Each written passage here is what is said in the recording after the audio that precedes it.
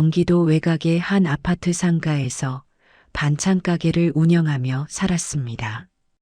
20년 전 남편과 사별하고 홀로 아들 연우를 키우며 반찬 가게를 운영했습니다. 매일 새벽 4시에 일어나 시장을 보고 밤 9시까지 가게를 운영하는 것이 일상이었습니다. 하루도 쉬지 않고 일했지만 힘들다고 느낀 적은 없었습니다. 제 아들이 좋은 직장을 갖고 좋은 사람 만나 결혼하는 것이 유일한 소원이었습니다. 아들 연우는 대학을 졸업하고 중소기업에 취직했습니다. 연우의 월급은 350만 원으로 넉넉하지는 않았지만 성실하게 살아가고 있었습니다. 어느 날 연우가 결혼하고 싶은 여자를 소개한다며 집으로 왔습니다. 어머니, 오늘 제가 소개할 사람이 있어요. 처음 본 민지는 화려한 옷차림에 명품 가방을 들고 있었습니다. 민지의 손에 들린 가방은 제가 반찬 가게를 6개월 운영해야 살 수 있는 가격이었습니다. 연우가 직장에서 만난 여자라고 했지만 어딘가 모르게 어색해 보였습니다. 안녕하세요, 어머님. 저는 민지라고 해요. 연우 오빠랑 회사에서 만났어요. 민지의 인사는 공손했지만 제 가게를 둘러보는 눈빛이 마음에 들지 않았습니다. 반찬통을 보며 살짝 인상을 찌푸리는 모습도 보였습니다.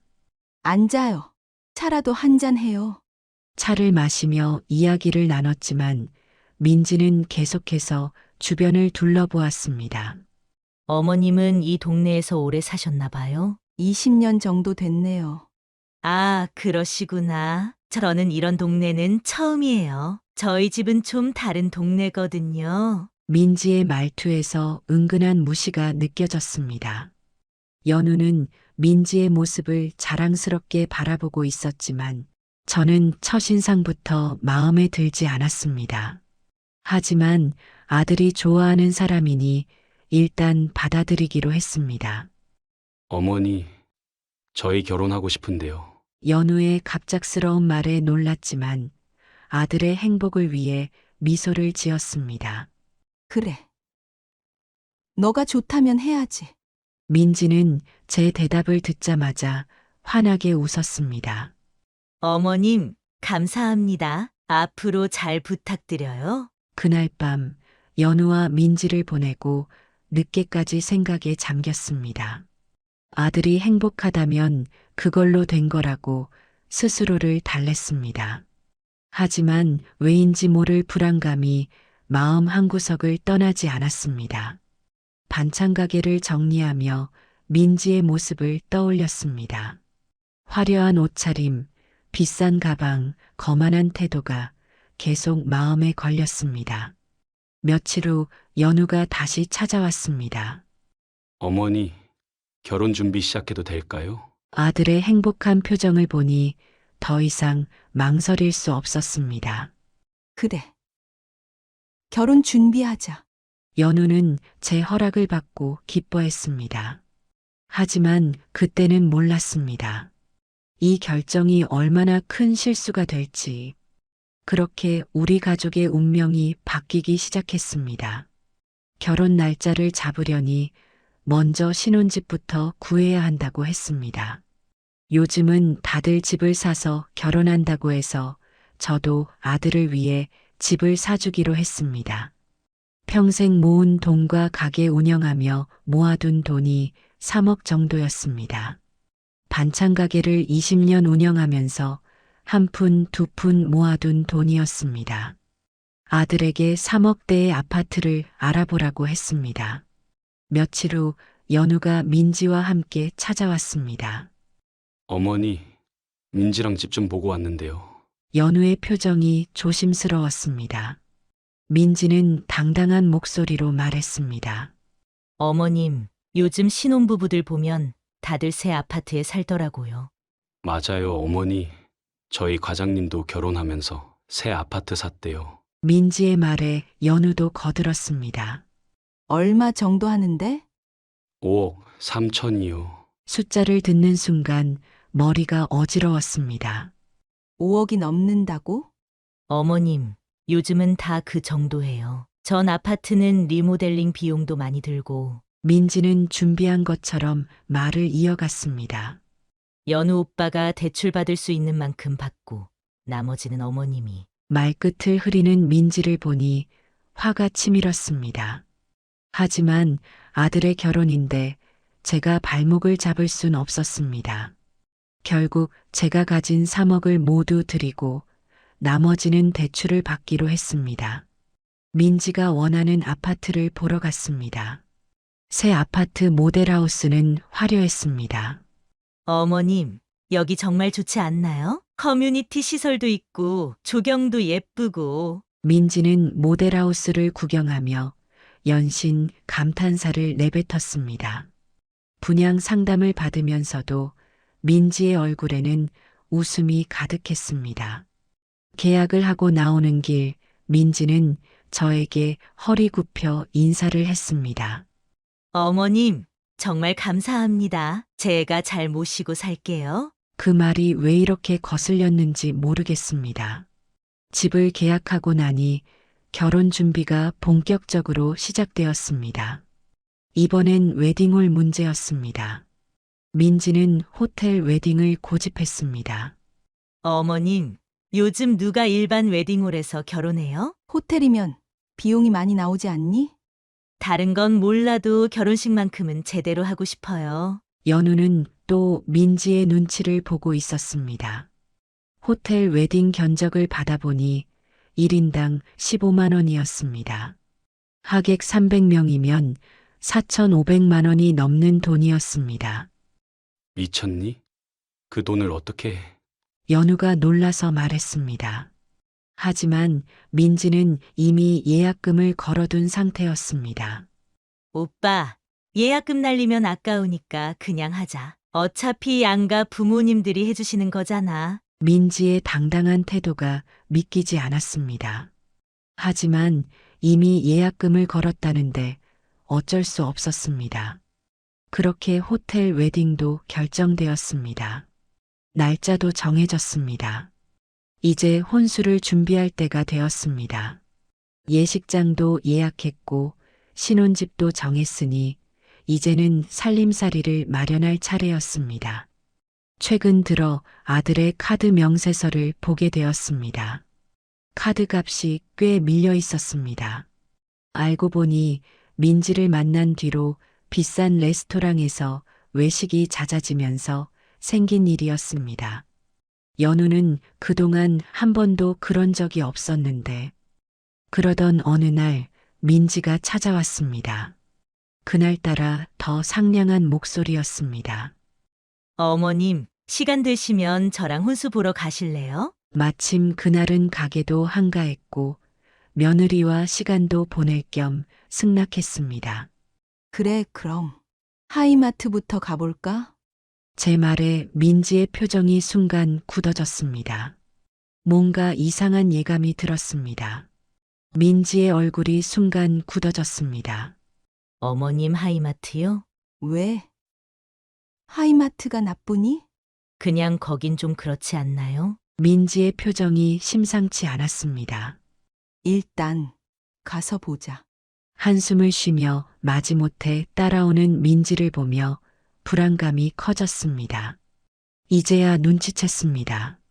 이 며느리가 제 생각과는 많이 다르다는 걸. 하이마트로 가는 길에 민지는 계속 휴대폰만 보고 있었습니다. 누군가와 메시지를 주고받는 것 같았습니다. 어머님, 제 친구들은 다들 백화점에서 혼수했대요. 또 시작이구나 싶었습니다. 너희 친구들 다 거기서 했다고. 너도 꼭 그래야 하니? 그래도 평생 쓸 건데 좋은 걸로 해야죠. 하이마트에 도착해서 매장에 들어섰습니다. 민지는 시종일관 못마땅한 표정이었습니다. 직원이 친절하게 설명해 주는데도 들으려 하지 않았습니다. 어머님, 여기 제품들은 뭔가 싸 보여요. 싸 보이다니? 기능은 다 똑같은데. 그래도 이곳은 고급스럽지가 않아요. 저는 여기 제품들은 못 쓸 것 같아요. 하이마트를 나오면서 민지의 본색이 드러나기 시작했습니다. 이제 더 이상 처음처럼 공손하지도 않았습니다. 어머님, 그냥 백화점으로 가요. 여기서 시간 낭비하지 말고. 그 말을 듣는 순간 이 결혼이 과연 잘하는 걸까 하는 의구심이 들었습니다. 하지만 이미 집도 계약했고 웨딩홀도 예약한 상태였습니다. 발걸음을 돌려 백화점으로 향했지만 마음은 무거웠습니다. 이제 시작인가 봅니다. 진짜 결혼 전쟁이. 백화점으로 들어서는 순간 민지의 태도가 180도 바뀌었습니다. 마치 여기가 자기 집인 것처럼 당당했습니다. 직원을 부르는 목소리도 커졌습니다. 저기요, 혼수 좀 봐야 할 것 같은데요? 직원이 안내하는 대로 TV 매장으로 향했습니다. 민지는 망설임 없이 가장 비싼 98인치 TV 앞에 섰습니다. 어머님, TV는 이걸로 할게요. 요즘은 다들 큰 걸로 한다더라고요. 1890만 원이라는 가격표를 보고 놀랐지만 이건 시작에 불과했습니다. 냉장고는 프리미엄 사도어를 골랐습니다. 냉장고는 이게 최고예요. 저희 친구들도 다 이걸로 했어요. 색깔이 알록달록. 850만 원짜리 냉장고였습니다. 세탁기와 건조기는 일체형으로 골랐습니다. 세탁기랑 건조기는 일체형이죠. 요즘 신상이니까. 450만 원짜리 세트였습니다. 식기세척기도 빼놓지 않았습니다. 요즘 신혼집에 식기세척기 없으면 안 되죠? 공기청정기는 거실에 하나, 방마다 하나씩 골랐습니다. 미세먼지도 심하고 방마다 하나씩은 있어야. 로봇 청소기도 최신형으로 선택했습니다. 청소는 로봇이 해줘야죠. 제가 일하러 다니는데 언제 청소해요? 전기레인지, 오븐, 전자레인지까지 모두 최고가 제품으로 골랐습니다. 민지는 직원과 앉아 견적을 내기 시작했습니다. 17가지의 가전제품을 골랐습니다. 모두 각 제품군의 최고가 모델이었습니다. 직원이 계산기를 두드렸습니다. 총 4,500만 원입니다. 숨이 턱 막혔습니다. 4,500만 원이요? 민지는 당연하다는 듯이 말했습니다. 어머님, 요즘은 다들 이 정도는 기본으로 해요. 친구들 이야기를 또 꺼냈습니다. 우리 친구들도 다 이 정도로 했어요. 어떤 친구는 이것보다 더. 4,500만 원이라는 숫자가 머릿속에서 맴돌았습니다. 반찬 가게를 1년 반 동안 해야 벌 수 있는 돈이었습니다. 민지는 여전히 제품 설명을 듣고 있었습니다. 각 제품마다 새로운 기능들이 있다며 설명이 이어졌습니다. TV는 8K 해상도의 퀀텀 프로세서가 탑재되어 있습니다. 화질이 아주 선명하고요. 특히 이 모델은 저희 매장에서도 가장 인기가 많은 제품입니다. 냉장고는 인공지능이 식재료를 관리해드립니다. 유통기한도 체크해주고 식재료가 떨어지면 자동으로 알림도 가죠. 세탁기는 저희 브랜드만의 특허 기술이 들어가 있어서 옷감, 손상이 최소화됩니다. 고가의 의류도 안심하고 세탁하실 수 있어요. 건조기도 마찬가지로 미세먼지 제거율이 99.9%에 달합니다. 아이가 있는 집은 꼭 필요한 제품이죠. 식기세척기는 물 사용량이 최저라 친환경 인증도 받았습니다. 수도세도 아끼고 환경도 생각할 수 있죠. 공기청정기는 바이러스까지 잡아줍니다. 요즘 같은 시기에 꼭 필요한 제품이에요. 로봇 청소기는 저희 제품이 특별한 게 스스로 먼지통을 비워서 더 편리합니다.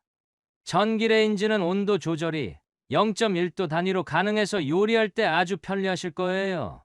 오븐은 스팀 기능이 있어서 빵 만들기도 가능합니다. 요즘 홈베이킹 하시는 분들이 많이 찾으시죠? 전자레인지는 해동할 때 육즙이 그대로 살아 있습니다. 고기도 맛있게 해동되니까. 주부님들이 특히 좋아하세요. 모든 제품에 기능이 탑재되어 있어서 스마트폰으로 제어가 가능합니다. 외출하셔도 걱정 없죠.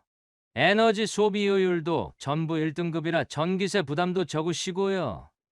AS도 10년 무상으로 해드리니까 걱정하실 필요 없습니다. 신혼부부들은 보통 이 정도는 기본으로 선택하시더라고요. 직원은 각 제품의 특장점을 열심히 설명했습니다. 민지에게 말했습니다. 그래, 너희가 알아서 해라. 나는 이런 거 잘 모르니까. 어머님, 카드 주세요. 결제해야 하는데. 뭐라고? 내가 왜 결제를 해? 어머님이 집도 해주시는데 혼수 정도는 해주셔야 하는 거 아니에요? 요즘은 다들 이렇게 한다니까요. 특히 어머님처럼 아들 하나인 집들은 더 잘해주시던데. 제 친구 시어머님은 집도 강남에 사주시고 혼수도 이것보다 더 고급으로 해주셨어요. 저는 이 정도면 되는데. 그리고 어머님, 솔직히 연우 오빠가 버는 걸로는 이런 가전제품 살 수가 없잖아요. 시혼살림 다 똑같은 거 아니에요. 이왕 해주시는 거 기분 좋게 해주셔야지. 지금 무슨 말을 하는 거야? 내가 집 사주는 것만 해도 남들은 큰 선물이라고 하는데 넌 도대체 얼마나 더 바라는 거야? 그리고 너희 친구 얘기는 그만해. 남의 집 얘기를 왜 자꾸 하면서 비교하는 거야? 그 친구들, 부모님들은 다 어디서 어떻게 돈 버는지 알고 얘기하는 거야? 돈이 전부인 줄 아는구나. 어머님, 전 돈이 전부라고 생각한 적 없어요. 그리고 이런 식으로 말씀하시면 제가 속상하잖아요. 저도 연우 오빠랑 결혼해서 잘 살고 싶은데 어머님은 왜 저희 행복을 가로막으세요? 결혼하는데 이 정도 지원은 해주셔야 하는 거 아닌가요? 너 말하는 걸 보니까 정말 우리 생각은 하고 있는 거야?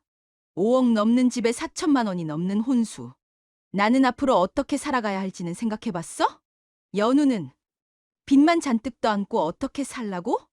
나는 내 아들 힘들게 사는 건 못 봐. 아니 어머님, 오빠가 힘들다니요. 제가 있잖아요. 저도 일하면서 같이 갚아나가면 되죠. 그리고 요즘은 다들 이렇게 살아요. 빚내서 집 사고 카드값 나눠서 내고. 어머님 세대랑은 다르다고요. 저희 세대는 남들처럼 살아야 해요. SNS에도 보면 다들 이렇게 사요. 어머님, 지금 절 의심하시는 거예요? 저는 정말로 연우 오빠를 사랑해요. 결혼하면 잘 살 수 있다니까요? 근데 어머님은 왜 이렇게 저를 못 믿어하세요? 신혼집 혼수 정도는 해주실 수 있는 거 아니에요? 다른 시어머님들은 다 해주시던데요. 돈이 있으면 좋은 걸로 사도 되지. 근데 지금 내가 4,500만 원이나 되는 돈을 어떻게 내니? 집 살 때 3억을 다 써버렸는데. 난 반찬 가게 하나로 겨우 생활하고 있어. 그런데 갑자기 4,500만 원은 또 어디서 내라는 거야? 어머님이 돈이 없으시다고요? 그러면서 왜 비싼 집은 사주신 거예요? 이럴 거면 진작 말씀해 주시지. 전 당연히 해주실 줄 알고 친구들한테 다 자랑했다고요. 이제 제 체면은 어떻게 되는 거예요? 너 지금 제정신이야? 내가 왜 너네 혼수를 해줘야 하는데? 그리고 돈도 없으면서 왜 이런 비싼 것만 골라? 하이마트 가자니까 싫다고 한 건 누구야?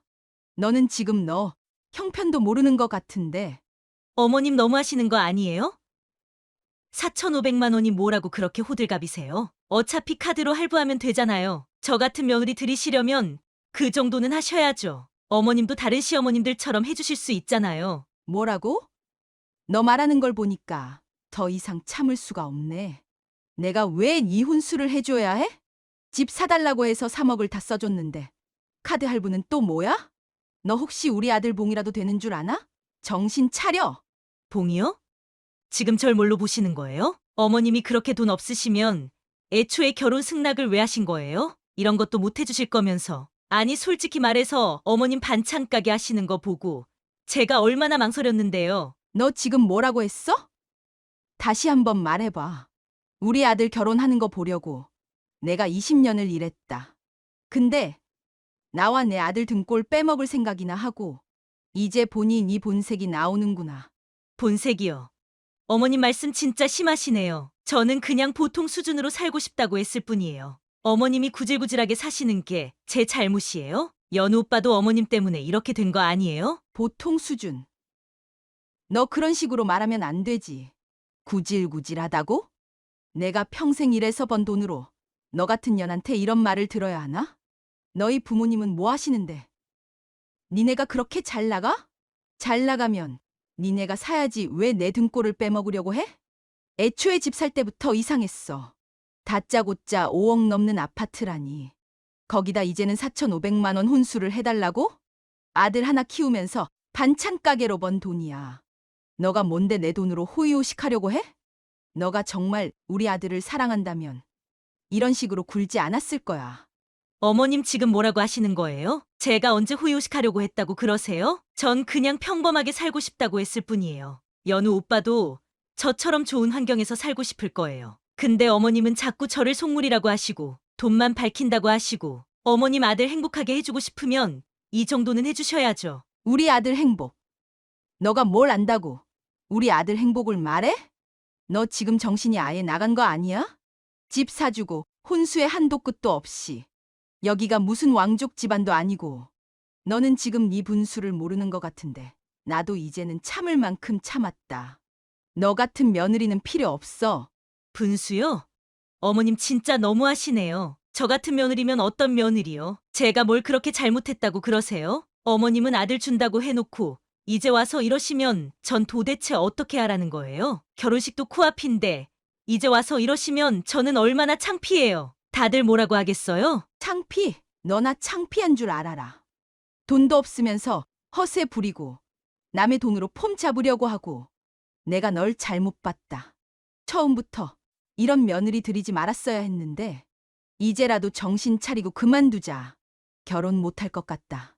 어머님, 지금 장난하시는 거죠? 결혼식이 코앞인데 무슨 말씀을. 아니, 그리고 제가 뭘 그렇게 잘못했다고. 그냥 남들처럼 살고 싶었을 뿐이에요. 어머님은 왜 저한테만 이러세요? 다른 시어머님들은 다 해주는 건데. 전 정말 어머님 때문에 너무 속상해요. 너 같은 애랑은 더 이상 말이 안 통하겠다. 내가 이럴 줄 알았어. 처음부터 이상했어. 너가 우리 아들을 만난다고 했을 때부터 그 비싼 명품 가방 들고 온 것부터 나는 내 아들 고생시킬 결혼은 절대 안 시킬 거야. 너가 뭘 모르는 것 같으니까 똑바로 말해줄게. 우리 아들 월급이 350만 원이야.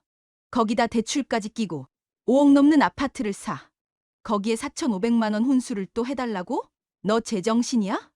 나는 반찬 가게 하는 사람이야. 하루 종일 일해서 겨우 벌어서 아들 키웠어. 근데 너가 뭔데 나한테 이런 식으로 돈 얘기를 해? 혼수는 너랑 너네 집에서 할 수 있는 만큼만 했어야지.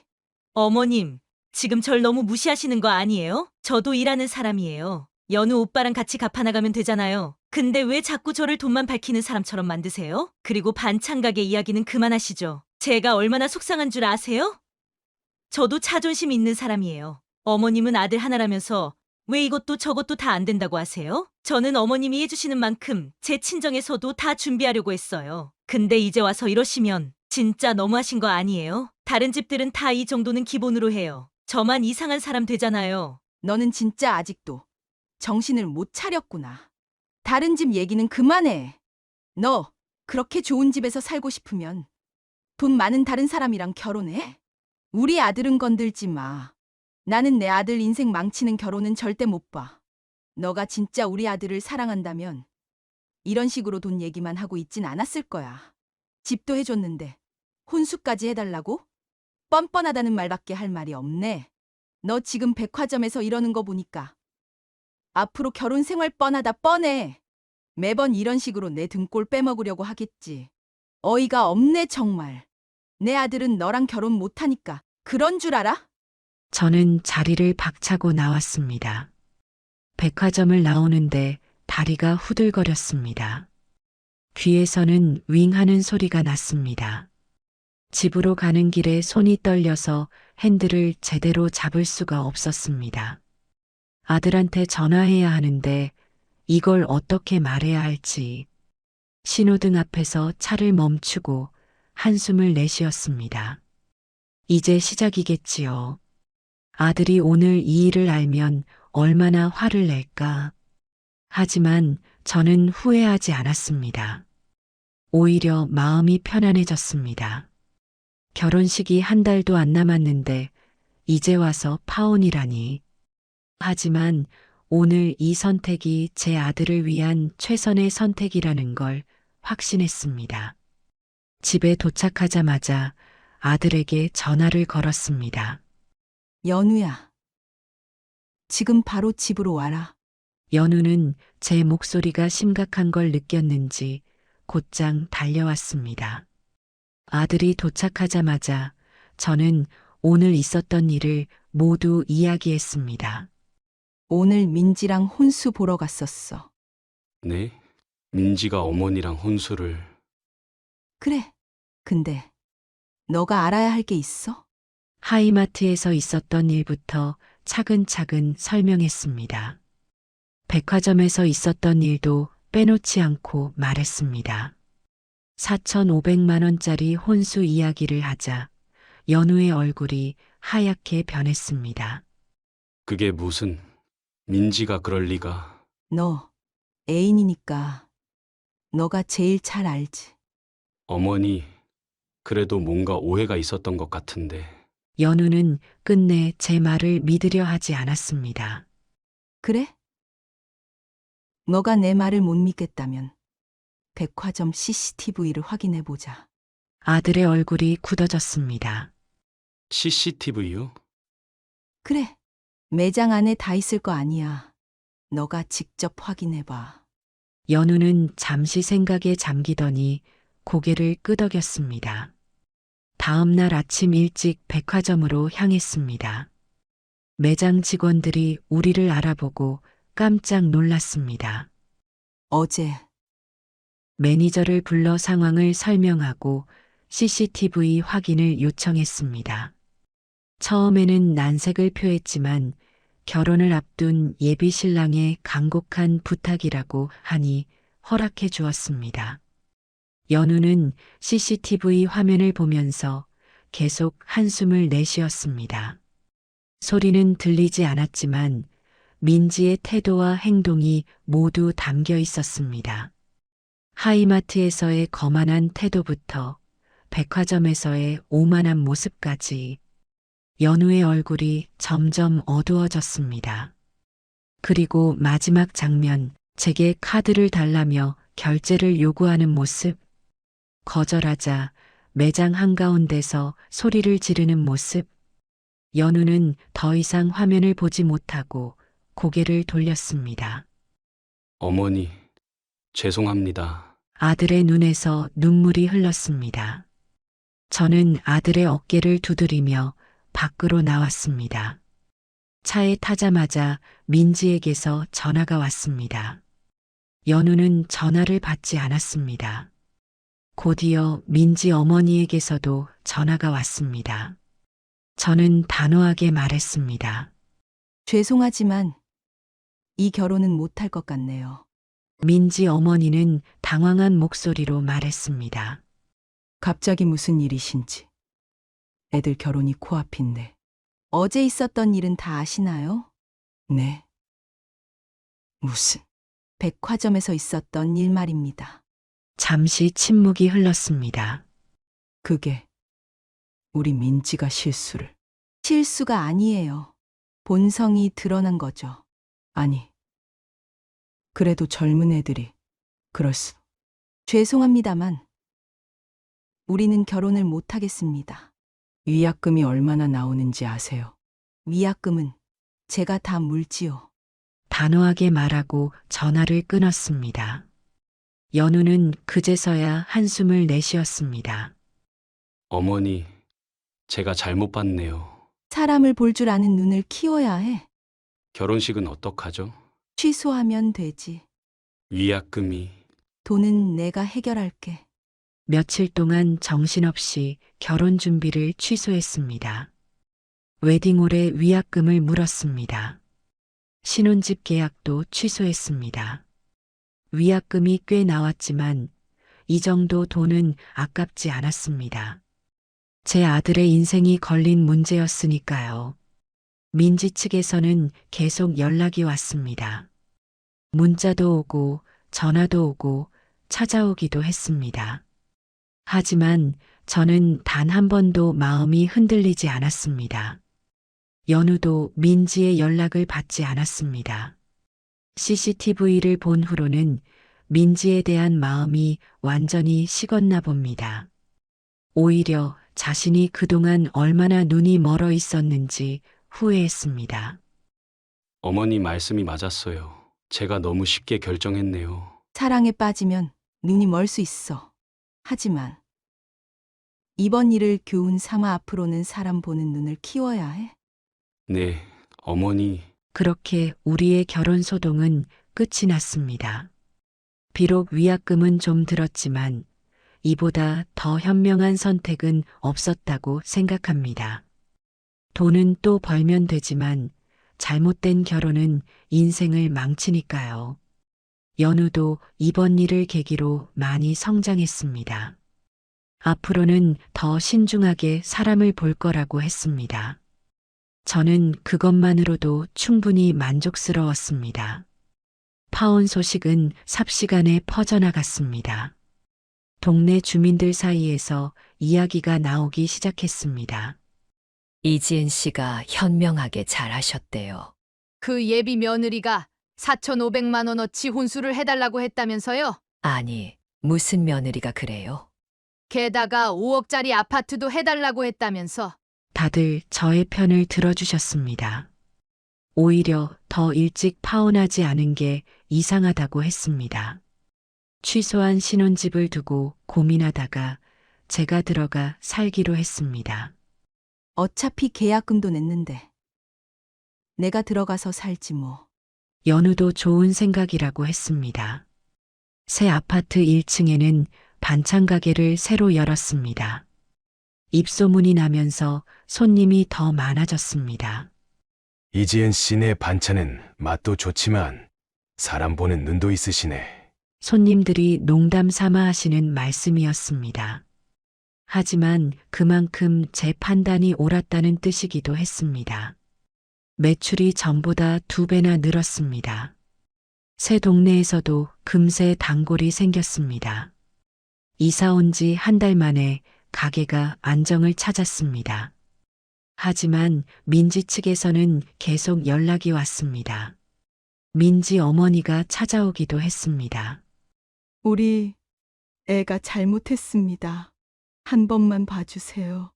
저는 단호하게 거절했습니다. 이미 끝난 이야기입니다. 민지 아버지도 찾아왔습니다. 위약금은 우리가 다 물겠습니다. 하지만 제 대답은 똑같았습니다. 돈 문제가 아닙니다. 연우는 한동안 힘들어했습니다. 아무래도 결혼을 앞두고 있었던 일이라 충격이 컸나 봅니다. 회사에도 제대로 나가지 못했습니다. 며칠 휴가를 내고 집에만 있었습니다. 하지만 시간이 지날수록 달라졌습니다. 어머니 정말 잘하신 것 같아요. 연우가 어느 날 문득 그렇게 말했습니다. 나중에 결혼하고 나서 저런 일이 있었다면 더 힘들었을 거예요. 그 말을 듣는데 마음이 아팠습니다. 하지만 한편으로는 다행이라는 생각이 들었습니다. 결혼 전에 민지의 본 모습을 본 게 불행 중 다행이었습니다. 연우는 점점 예전의 모습을 되찾아갔습니다. 회사도 다시 열심히 다녔습니다. 오히려 승진도 했습니다. 어머니 덕분에 일에 더 집중할 수 있었어요. 그렇게 말하는 아들을 보니 뿌듯했습니다. 제 선택이 옳았다는 확신이 들었습니다. 새 동네에서의 생활도 점점 자리를 잡았습니다. 반찬 가게는 더욱 번창했습니다. 입소문을 타고 멀리서도 손님들이 찾아왔습니다. 이지은 씨, 며느리 잘못 들여서 큰일 날 뻔했네요. 손님들과 이런 이야기를 나누면서 웃을 수 있게 되었습니다. 이제는 그때 일을 담담하게 말할 수 있게 되었습니다. 시간이 약이라고 했던가요? 연우도 이제는 민지 이야기를 담담하게 할 수 있게 되었습니다. 어머니, 정말 감사해요. 그런 말 하지 마. 다 너가 잘 돼야 한다고 생각했기 때문이야. 이제는 새로운 시작입니다. 더 좋은 일들이 기다리고 있을 거라 믿습니다. 6개월이 지난 어느 날 충격적인 소식을 들었습니다. 민지가 다른 남자와 결혼을 앞두고 또 파혼을 했다는 소식이었습니다. 알고 보니 그 집도 우리처럼 결혼 직전에 파혼을 했다고 합니다. 이유는 우리 때와 비슷했습니다.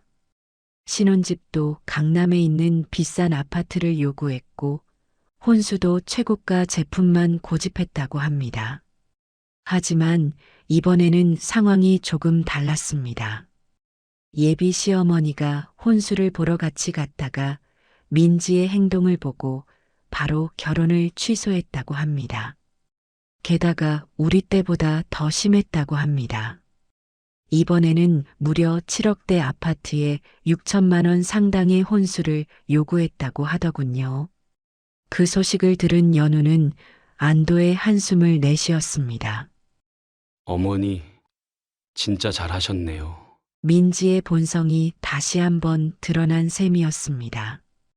결국 민지는 자신이 원하는 걸 얻지 못했고 2번의 파혼으로 소문이 나서 이제는 결혼 상대를 구하기도 힘들어졌다고 합니다. 그 소식을 들으니 마음이 복잡했습니다. 한편으로는 그녀가 불쌍하다는 생각도 들었지만 다른 한편으로는 당연한 결과라는 생각이 들었습니다. 결혼이 자신의 욕심을 채우는 수단이 되어서는 안 되는데 그걸 깨닫지 못한 대가를 치른 것이겠지요. 이 일을 계기로 우리의 결정이 옳았다는 것이 다시 한번 증명되었습니다. 돈과 허세로 시작하려 했던 결혼이 어떻게 끝이 났는지를 보여주는 좋은 예가 된 것 같습니다. 생각해보면 우리 아들이 너무 성급했던 것 같습니다. 사랑에 빠지면 모든 게 장밋빛으로 보이나 봅니다. 그래서 더 신중해야 하는데 우리 아들은 그걸 몰랐던 거겠지요. 앞으로는 천천히 시간을 두고 사람을 봤으면 좋겠습니다. 결혼은 평생의 약속인데 그 약속을 하기까지 얼마나 많은 시간이 필요할까요? 단순히 돈이나 허세가 아닌 진정한 마음을 볼 수 있는 눈이 생겼으면 합니다. 한 사람의 진심은 오랜 시간 함께하면서 천천히 알아가야 하는 것이니까요. 돈이나 명예, 겉모습이 아닌 그 사람의 본질을 보는 눈이 필요합니다. 인생에는 수많은 갈림길이 있습니다. 우리는 그 길에서 때로는 옳은 선택을, 때로는 잘못된 선택을 하게 됩니다. 하지만 중요한 건 그 선택으로부터 무엇을 배우느냐겠지요. 반찬 가게를 하면서 저는 많은 것을 배웠습니다. 사람의 마음을 읽는 법도 배웠고 진심을 알아보는 법도 배웠습니다. 수많은 손님들의 표정과 말투에서 그들의 진심을 읽을 수 있게 되었습니다. 그래서 민지의 마음을 한눈에 알아볼 수 있었나 봅니다. 지금은 아직 겨울입니다. 하지만 이 추운 겨울이 지나면 반드시 따뜻한 봄이 올 것입니다. 우리 아들의 인생에도 봄날이 찾아올 거예요. 매서운 바람이 불수록 더 단단해지는 나무처럼 이번 일을 통해 우리 아들도 더 성장했을 테니까요. 사람의 진심은 겨울날 피어나는 매화처럼 소박하고 아름다워야 합니다. 허세로 가득한 화려함은 봄날의 벚꽃처럼 쉽게 져버리는 법이니까요. 이제 우리 아들은 사람의 진정한 아름다움이 무엇인지 알게 되었을 것입니다. 돈과 명예가 아닌 서로를 생각하는 따뜻한 마음이 더 중요하다는 것도요. 때로는 인생에서 가장 큰 축복이 실현의 모습으로 찾아오나 봅니다. 이번 일도 우리 아들에게는 큰 축복이었던 것 같아요. 진정한 사랑은 겨울을 이겨내고 피어나는 봄꽃처럼 인내와 시간이 필요한 것이라는 걸 이제는 알게 되었으니까요. 저는 오늘도 우리 아들의 봄날을 기다리며 반찬을 만듭니다. 그리고 봄날이 오면 우리 아들은 진정으로 자신을 사랑해주는 사람을 만나게 될 것입니다. 그때는 돈이나 명예가 아닌 서로를 진심으로 사랑하고 아끼는 마음으로 시작하는 결혼이었으면 좋겠습니다. 그런 날이 올 때까지 저는 오늘도 정성스럽게 반찬을 만듭니다. 저는 올해로 64입니다. 이제는 백화점만 가도 젊은 엄마들이 아이를 데리고 다니는 모습을 보며 제 나이를 실감하곤 합니다. 제 나이 또래 친구들은 대부분 손주 보느라 정신이 없다고들 하는데 저는 아직 아들 혁수의 결혼 소식조차 듣지 못했었지요. 혁수는 35이 되도록 여자친구 한 번 제대로 사귀어 본 적이 없었습니다. 매주 수요일이면 동창회 모임이 있는데 그때마다 친구들의 이야기를 듣는 게 괴로울 지경이었습니다. 미경아, 너희 혁수는 언제 장가 가니? 우리 경이네도 벌써 애 둘째 낳았다더라. 그러게 말이야. 우리 민철이도 셋째 낳는다고 하더라고. 너무 늦으면 안 되는 거 아니야? 요새는 결혼정보회사도 많다던데 한번 알아볼래? 친구들 만나면 늘 이런 이야기가 오갔습니다. 글쎄, 요즘 젊은 애들이 다들 그렇잖아. 결혼을 서두르지 않더라고. 그래도 너무 늦으면 좋은 며느리감 다 간다니까. 우리 옆집만 해도 34세 결혼한다고 했더니 시댁에서 나이 많다고 걱정이 많았대. 맞아. 우리 때는 25만 돼도 누처녀 소리 들었는데. 요즘 애들은 너무 느긋해. 그래도 남자는 늦어도 괜찮다지만. 이렇게 둘러대고는 했지만 속으로는 저도 걱정이 많았습니다. 밤마다 잠들기 전에 하늘을 보며 기도도 했지요. 제발 우리 혁수 좋은 짝 만나게 해주세요. 그래도 한편으로는 위안이 되는 것이 있었습니다. 직장에서는 잘 나가는 아들이었거든요. 대기업 들어가서 승진도 빠르게 하고 월급도 제법 받는다고 하더군요. 입사한 지 7년 만에 과장까지 올라갔다니 제법 빠른 승진이라고 하더라고요. 어머니, 제가 과장 달았어요. 어머니, 이번에 특별 성과급을 받았네요. 어머니, 이번에 해외 출장도 다녀왔어요. 미국이랑 유럽까지요.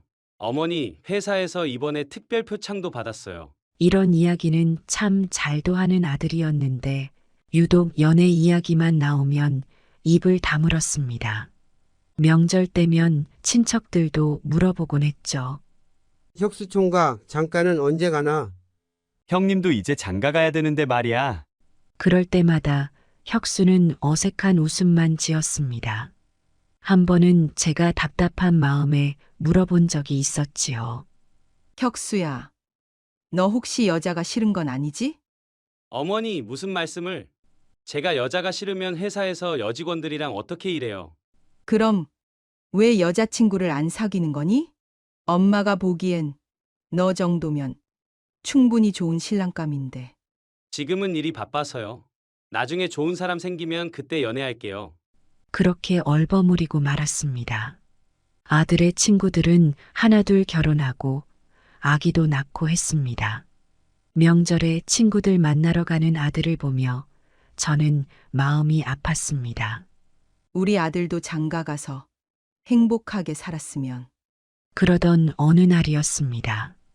퇴근하고 집에 와서 저녁을 먹고 있는데 혁수에게서 전화가 왔습니다.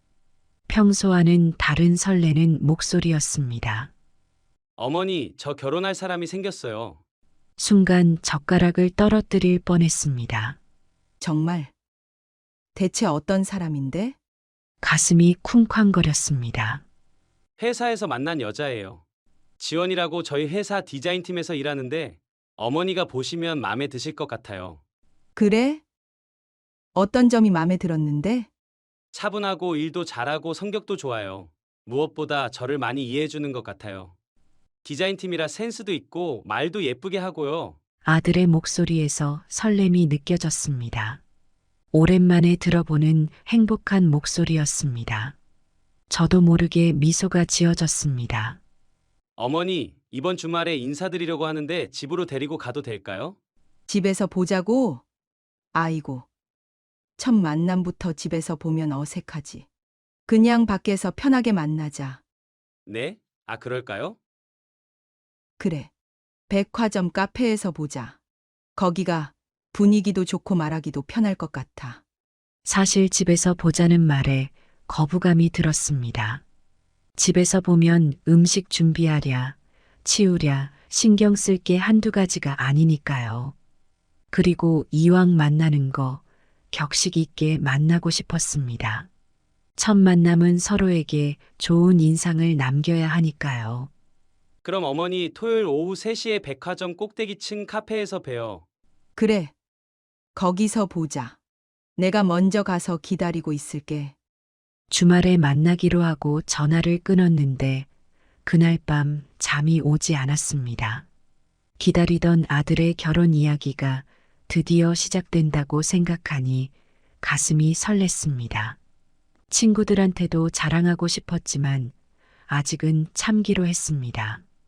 혹시나 서로 마음에 들지 않으면 어쩌나 하는 걱정도 살짝 들었습니다. 하지만 이제 35인데 더 이상 늦출 수는 없다고 생각했습니다. 그날 밤 옷장을 열어 주말에 입을 옷을 고르며 행복한 상상을 했습니다. 우리 혁수가 드디어 정말 결혼까지 하면 얼마나 좋을까. 오랜만에 설레는 마음으로 잠이 들었습니다. 그때는 몰랐습니다. 이 만남이 제 인생에서 가장 현명한 판단을 하게 될 계기가 될 줄은요. 아들의 인생이 걸린 중요한 선택을 하게 될 줄은 꿈에도 몰랐답니다. 토요일 오후 저는 약속 시간보다 30분 일찍 백화점에 도착했습니다. 평소에는 잘 입지 않는 정장을 꺼내 입었고 머리도 미용실에서 단장하고 왔습니다. 첫 만남인데 예비 며느리한테 좋은 모습을 보여야지. 자리도 미리 잡아두고 싶어서 서둘러 왔답니다. 카페에 도착하자마자 창가 자리를 잡았습니다. 창 밖으로 도시의 전경이 한눈에 들어왔지요. 이런 곳에서 이야기하면 분위기도 좋을 거야. 시계를 보니 아직 시간이 남았습니다. 그때 전화가 왔습니다. 어머니, 저희 지금 백화점 도착했어요. 곧 올라갈게요. 그래. 천천히 와도 돼. 가슴이 다시 뛰기 시작했습니다. 그러다 문득 혁수가 저희라고 한 말이 귀에 들어왔습니다. 아, 이제 우리 아들도 누군가와 함께 다니는구나.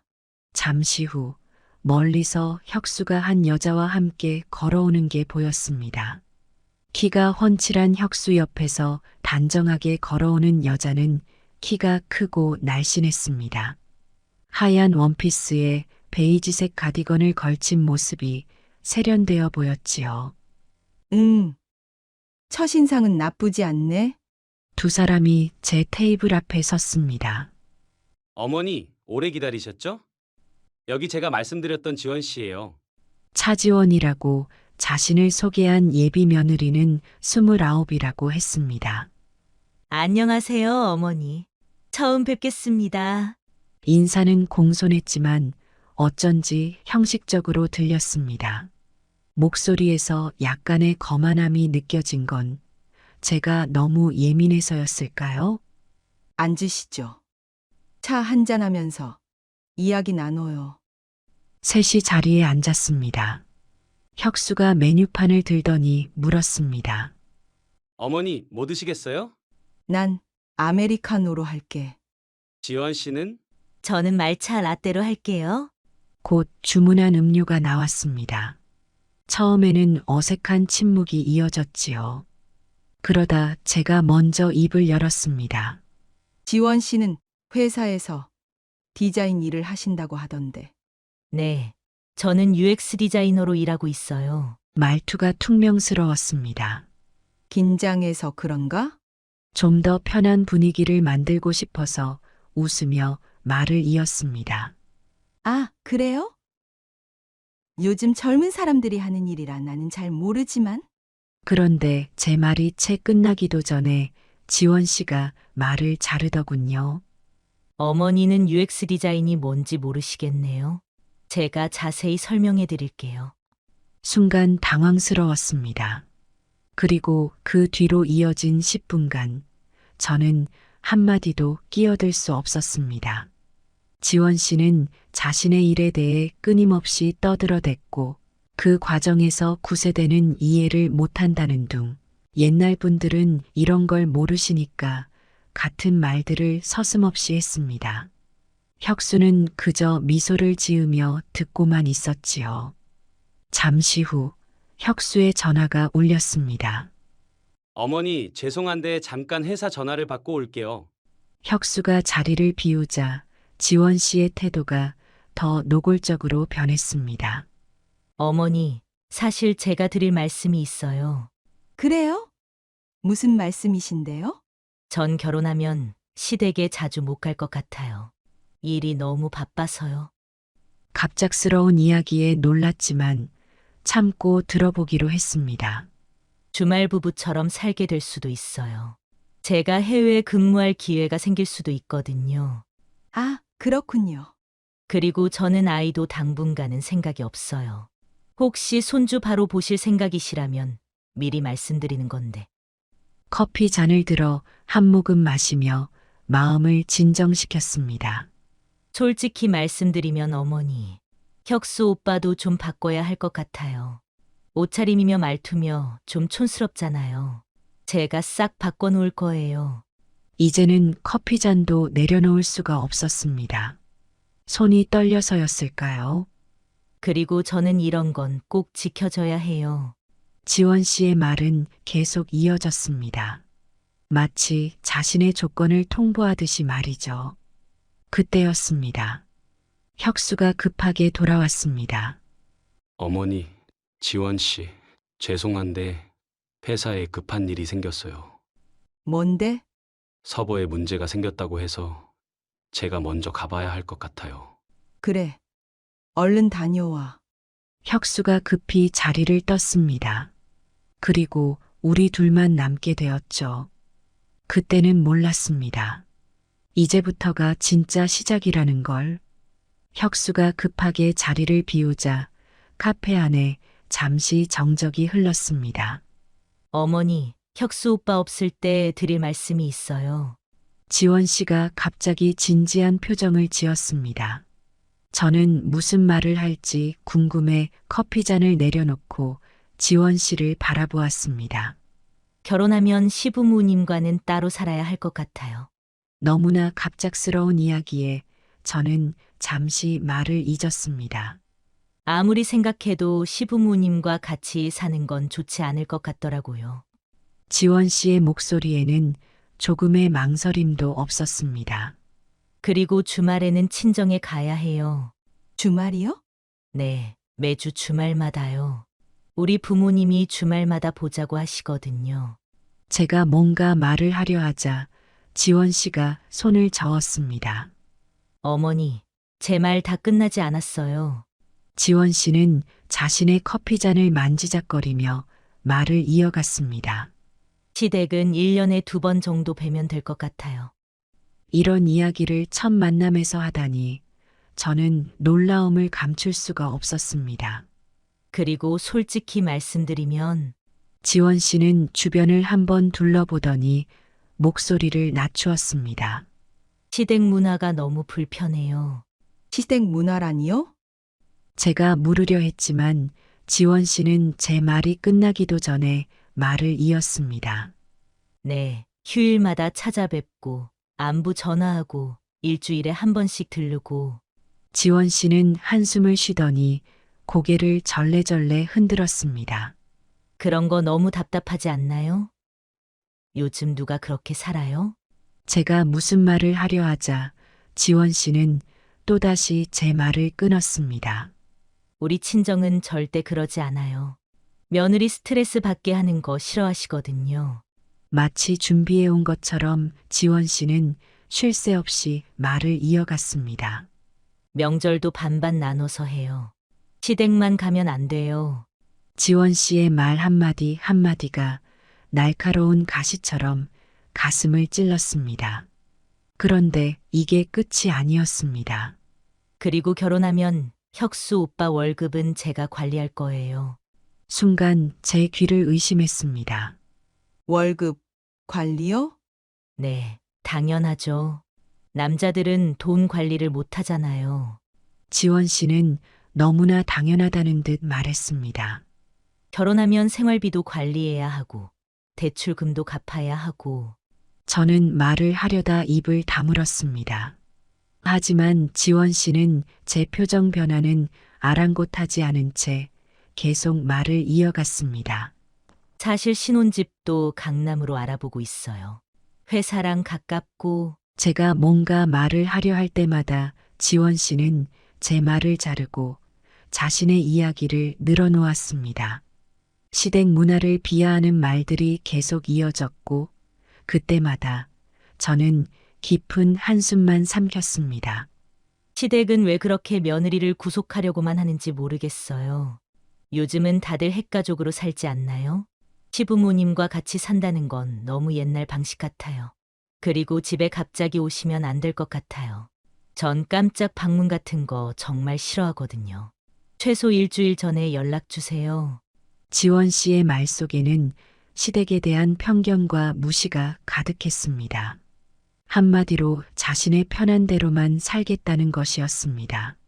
시어머니가 될 사람 앞에서 이런 이야기를 서슴없이 하는 것을 보며 저는 점점 더 깊은 실망감을 느꼈습니다. 처음에 세련되고 품이 있어 보였던 모습은 어디로 간 것인지 이제는 민낯을 보여주는 것 같았습니다. 그리고 마지막으로 한 말은 정말 충격적이었습니다. 그리고 혁수 오빠 카드 사용 내역도 제가 다 체크해야 해요. 남자들은 돈 쓰는 걸 모르니까요. 저는 그제서야 깨달았습니다. 이 사람이 우리 아들과 평생을 함께할 수 없는 이유를. 지원 씨, 이제 다른 이야기 좀 나눠볼까요? 오늘은 서로를 알아가는 첫 만남인데 결혼 생활에 대한 이야기만 하는 것 같네요. 지원 씨의 이야기도 좀 들어보고 싶어요. 어머니, 제가 지금까지 한 얘기가 전부 다 제 이야기 아닌가요? 앞으로의 제 삶이고 제가 꿈꾸는 결혼 생활이에요. 근데 왜 자꾸 다른 얘기를 하자고 하시는 거죠? 아니, 그게 아니라 지원 씨의 취미라든가. 지금 제 말을 중간에 자르시는 거예요? 아까부터 보니까 제가 말할 때마다 계속 끊으시더니 이제는 아예 다른 얘기를 하자고 하시네요. 도대체 제 말은 한마디도 듣고 싶지 않으신 거예요? 지원 씨, 너무 큰 소리를. 그럼 어머니는 제 마음이 어떨 것 같아요? 처음 뵙는 시어머님께서 제 이야기는 하나도 귀담아 듣지 않으시고 제가 하는 말은 다 틀렸다는 듯이 대하시고 이게 말이 되나요? 앞으로 한 가족이 될 사람들끼리 이래도 되는 거예요? 진정하고 차부터 마시면서. 어머니, 지금 차 마실 기분이에요? 전 지금 너무 화가 나고 서운해요. 시댁은 다 이런가요? 처음부터 며느리를 이렇게 무시하고 얕보는 게 시댁의 전통인가요? 우리 엄마가 그러더니 진짜네요. 시댁에선 며느리 말은 절대 안 듣는다고. 지원 씨, 이제 그만하시죠. 네, 지금 뭐라고 하셨어요? 제가 잘못 들은 거죠? 어머니가 방금. 지원 씨, 이렇게 큰 소리 낼 필요는 없을 것 같은데요. 큰 소리요?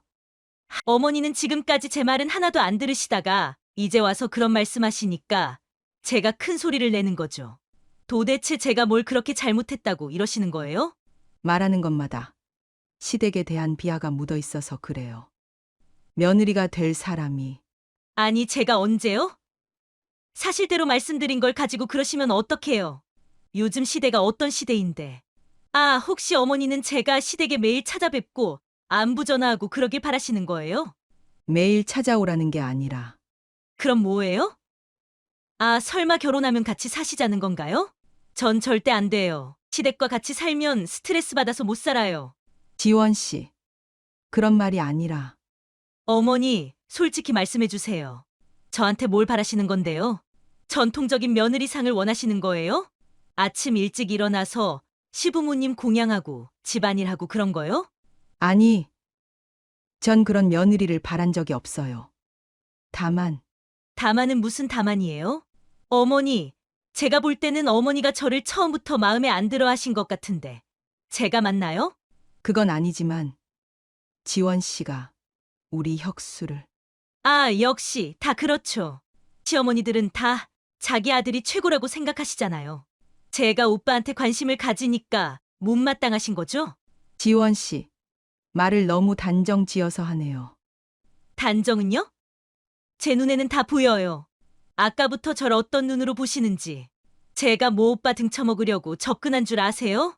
그런 생각은 해본 적 없습니다만. 있잖아요, 어머니. 전효 오빠랑 결혼하면 진짜 잘 살 거예요. 제가 오빠 카드값도 관리해주고 돈도 모아주고 그게 뭐가 잘못됐다고 이러세요? 혁수가 그런 관리가 필요할 만큼 미숙한 사람은 아닌데. 어머니 눈엔 그렇게 보이시나 본데 전 다르게 봤어요. 오빠가 얼마나 돈을 막 쓰는데요? 맨날 비싼 커피 마시고 친구들이랑 골프 치러 다니고. 골프는 안 치는데. 아니, 제가 직접 봤다니까요? 저번에도 골프 가방 들고 가는 거. 아, 어머니한텐 비밀이었나? 지원 씨, 우리 혁수는 골프 싫어해요. 그게. 아, 맞다. 오빠 친구분이 들고 있었던 거였나? 어쨌든 그건 중요한 게 아니잖아요. 중요하죠. 방금 거짓말한 거잖아요. 거짓말이요? 어머니 말씀 다르시네요. 제가 언제 거짓말을. 아, 이제 알겠어요. 저를 밀어내기 위해서 일부러 그러시는 거죠? 전혀 그렇지 않아요. 그럼 왜 이러세요? 첫 만남부터. 아니, 혹시 다른 며느리감이라도 보셨어요? 그래서 절 마음에 안 들어 하시는 거예요? 지원 씨, 자꾸 엉뚱한 오해를. 전 오해 같은 거 안 해요. 다 보여요. 어머니 속내가. 오빠한테 이런 며느리 싫다고 말씀하실 거죠? 절대 안 돼요. 전 오빠가 좋아요. 오빠도 절 좋아하고요. 서로 좋아하는 게 전부가 아닙니다. 그럼 뭐가 중요한데요? 어머님 마음에 드는 게 중요한가요? 죄송하지만 전 어머님 마음에 들려고 결혼하는 거 아니에요. 더 이상 이야기 나눌 필요 없을 것 같네요. 서로에 대해 충분히 알게 됐으니까요. 우리 인연은 여기까지입니다. 뭐라고요? 지금 장난하시는 거죠? 처음 만남에서 이런 식으로 나오시면. 아니, 잠깐만요.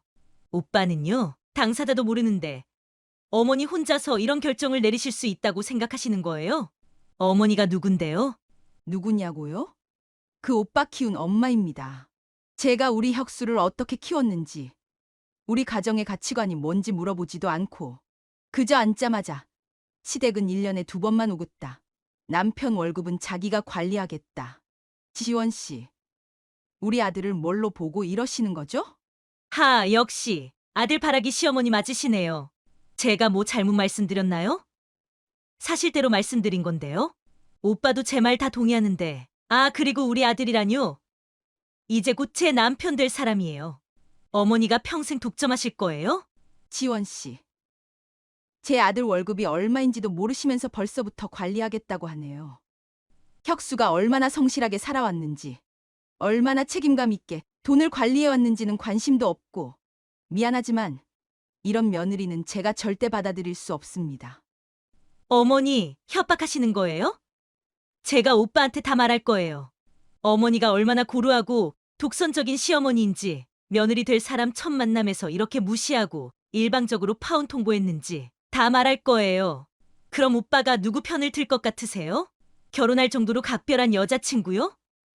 아니면 아들 인생 망치려는 어머니요? 그렇게 해요. 저도 오늘 있었던 일 다 말할 겁니다. 지원 씨가 어떤 말을 했는지, 어떤 태도를 보였는지. 우리 아들은 멍청하지 않으니까 누가 진심이고 누가 거짓인지 금방 알 거예요. 어머니, 지금이라도 마음 돌리실 생각은 없으세요? 제가 조금 과했던 건 인정해요. 근데 이렇게 파혼이라뇨. 우리가 얼마나 서로 사랑하는데 어머니가 이러시면 오빠가 얼마나 상처받겠어요? 사랑? 지원 씨, 그게 사랑이에요? 통장 관리하고 카드 내역 감시하고 그런 게 사랑인가요? 진정한 사랑은 상대방을 믿고 존중하는 거예요. 지원 씨는 우리 아들을 통제하고 싶어 하시는 것 같네요. 전 이만 가보겠습니다. 혁수한텐 제가 직접 설명할게요. 어머니, 제발요. 제가 잘못했어요. 다시 한 번만 기회를 주세요. 앞으로는 어머니 말씀대로. 그만하시죠. 아들 앞에선 천사고 뒤에선 악마인 며느리. 전 사양합니다. 조심히 가세요. 집으로 돌아오는 내내 마음이 무거웠습니다. 아들의 인생이 걸린 일이었기에 결정은 확고했지만 마음 한켠이 쓰리더군요. 집에 도착해서 따뜻한 차를 한 잔 마시며 진정하고 있을 때였습니다. 어머니! 현관문이 거칠게 열리더니 혁수가 들어왔습니다. 평소의 온화한 목소리가 아니었습니다. 무슨 일이에요? 지원 씨한테 전화가 왔는데 아들의 목소리가 떨리고 있었습니다. 앉아봐. 천천히 이야기해보자. 천천히요? 어머니가 갑자기 파혼을 선언하셨다면서요? 어떻게 그러실 수 있어요? 처음 보는 원망 어린 눈빛이었습니다. 혁수야, 어머니 말 좀 들어볼래? 지원 씨가 울면서 전화했어요. 어머니가 너무하셨대요. 아무 이유도 없이. 이유가 있단다. 너가 모르는 이야기가 있어. 마음을 가다듬고 천천히 오늘 있었던 일을 이야기하기 시작했습니다. 시작부터 달랐다고 혁수가 자리를 비운 후에 지원 씨의 태도가 완전히 바뀌었다고 말했습니다. 말도 안 돼요. 지원 씨가 그럴 리가. 어머니가 왜 거짓말을 하겠니? 하지만 혁수야, 너가 자리를 비운 사이에 지원 씨가 한 말들을 들려줄게. 저는 하나하나 차근차근 설명했습니다. 시댁을 무시하는 발언들, 주말마다 친정에만 가겠다는 일방적인 통보, 그리고 혁수의 월급을 관리하겠다는 말까지. 뭐라고요? 제 월급을? 그것뿐이 아니야. 너 카드 내역을 다 체크하겠다더구나. 너가 돈을 막 쓴다면서. 전 그런 얘기 들은 적이 없는데 그래. 너한텐 안 했겠지. 결혼하고 나서 하려고 했던 거야. 혁수의 표정이 점점 굳어갔습니다. 그때 전화벨이 울렸습니다. 여보세요? 어머님, 저희 지원이가 무슨 잘못했다고 이러시는 거예요? 지원 씨의 어머니였습니다. 죄송하지만 지원 씨와는 인연이 안 될 것 같네요. 이게 무슨 소리예요? 첫 만남에서 이렇게 결정하시면 어떡해요? 첫 만남이었기에 다행이었죠. 다행이라뇨? 더 깊어지기 전에 알게 되어서 다행이라는 겁니다. 우리 지원이가 뭘 그렇게 잘못했다고? 자세한 얘기는 둘이 나누게 하도록 하죠. 어머님, 이대로 가만히 있지 않을 겁니다. 편하신 대로 하세요. 전화를 끊고 나니 혁수가 멍한 표정으로 저를 바라보고 있었습니다. 어머니, 미안하다. 어머니가 너무 일방적이었지? 아니에요. 지원 씨 어머님이 방금 전화하신 거예요? 응. 며칠 동안 지원 씨 가족들의 항해 전화가 계속됐습니다. 문자도 오고 협박성 전화도 왔습니다. 감히 우리 딸을 무시해? 당신들이 뭔데? 우리 지원이가 얼마나 좋은 집안에서 얼마나 많은 선이 있었는데 이대로 가만히 있지 않겠어요. 우리 딸 명예를 더럽힌 거 가만두지 않을 거예요. 하지만 저는 흔들리지 않았습니다. 제 선택이 옳았다는 걸 확신했기 때문입니다. 일주일쯤 지났을까요? 퇴근하고 들어온 혁수의 표정이 좋지 않았습니다. 어머니, 왜 그러니? 무슨 일 있었어? 오늘 회사에서 지원 씨랑 마주쳤어요. 많이 불편했겠구나. 엘리베이터에서 마주쳤는데 모른 척 하더라고요. 근데 제가 내린 다음에 뒤에서 수군거리는 소리가 들렸어요. 뭐라고 하던데? 바보 같은 남자라고. 어머니 말만 들으면서 자기 주관도 없이 산다고. 혁수의 목소리가 떨렸습니다. 그리고 어머니까지 욕하더라고요. 독선적인 시어머니라고. 그런 말 신경 쓰지 마라. 어제는 회의실 앞에서 마주쳤는데 일부러 크게 웃으면서 동료들이랑 얘기하더라고요. 마치 아무 일도 없었다는 듯이. 아들의 눈가가 붉어졌습니다. 저보고 완전 찌질하대요. 남자가 엄마 말만 듣고 산다고. 혁수야, 그래도 전 괜찮아요. 근데 어머니 욕하는 건 참을 수가 없어서. 저는 아들의 어깨를 토닥여 주었습니다. 너가 그렇게 생각해 주는 것만으로도 고맙다. 그날 이후로 혁수는 매일 다른 층의 화장실을 이용했답니다. 지원 씨를 마주치지 않기 위해서였겠죠. 식사도 시간을 새로 조정했고 회의 때도 최대한 멀리 앉았다고 합니다. 그런 아들을 보며 마음이 아팠지만 이 또한 지나가리라 생각했습니다. 시간은 모든 것을 치유하니까요. 시간이 참 빠르게도 지나갔습니다. 그날의 일이 있고 6개월이 흘렀어요. 처음 몇 달은 혁수가 많이 힘들어했습니다. 회사에서 지원 씨를 마주치는 것도 쉽지 않았을 텐데 묵묵히 이겨내더군요. 어머니, 오늘은 지원 씨가 휴가를 냈더라고요. 아마도 저랑 마주치기 싫었나 봐요. 아들의 말투에서 아직 미련이 남아있음을 느낄 수 있었습니다. 그러던 어느 날이었습니다. 퇴근 후 집에 들어온 혁수의 표정이 심상치 않았습니다. 어머니, 오늘 충격적인 이야기를 들었어요. 무슨 일인데? 지원 씨, 전에도 약혼한 사람이 있었대요. 저는 숨을 크게 들이마셨습니다. 어떻게 알게 된 거니? 그 약혼자분 가족이 저희 회사에 찾아왔어요. 회사에? 네, 지원 씨가 자기들 아들과도 똑같은 짓을 했다고. 혁수는 잠시 말을 멈추더니 깊은 한숨을 내쉬었습니다. 어떤 짓이었는데? 처음엔 모든 게 완벽했대요. 예의 바르고 착하고. 아들은 천천히 이야기를 이어갔습니다. 근데 약혼하고 나서부터 돌변했다고 하더라고요. 남자친구 월급을 다 관리하겠다고 하고 신용카드 내역을 체크하고 심지어 친정에 더 많은 생활비를 줘야 한다고 요구했대요. 그것도 모자라서 시댁은 아예 만나지 말자고 했다면서요. 시부모님이 너무 옛날 분이라고. 저는 아들의 이야기를 묵묵히 듣고만 있었습니다. 그 집안에서도 결국 파혼을 했대요. 근데 지원 씨 가족들이 찾아와서 행패를 부리고 명예훼손으로 고소하겠다고. 우리한테 했던 것처럼. 네, 그래서 그분들이 저희 회사에 찾아오신 거예요. 지원 씨가 또 누군가에게 같은 짓을 하고 있다는 얘기를 듣고. 혁수의 눈가가 붉어졌습니다. 어머니, 죄송해요. 왜 너가 미안하니? 그때 어머니 말씀을 안 믿고 화내고 그래서요. 저는 아들의 등을 가만히 쓰다듬어 주었습니다. 괜찮아. 그럴 수도 있지. 어머니가 아니었으면 저도 그렇게 됐을까요?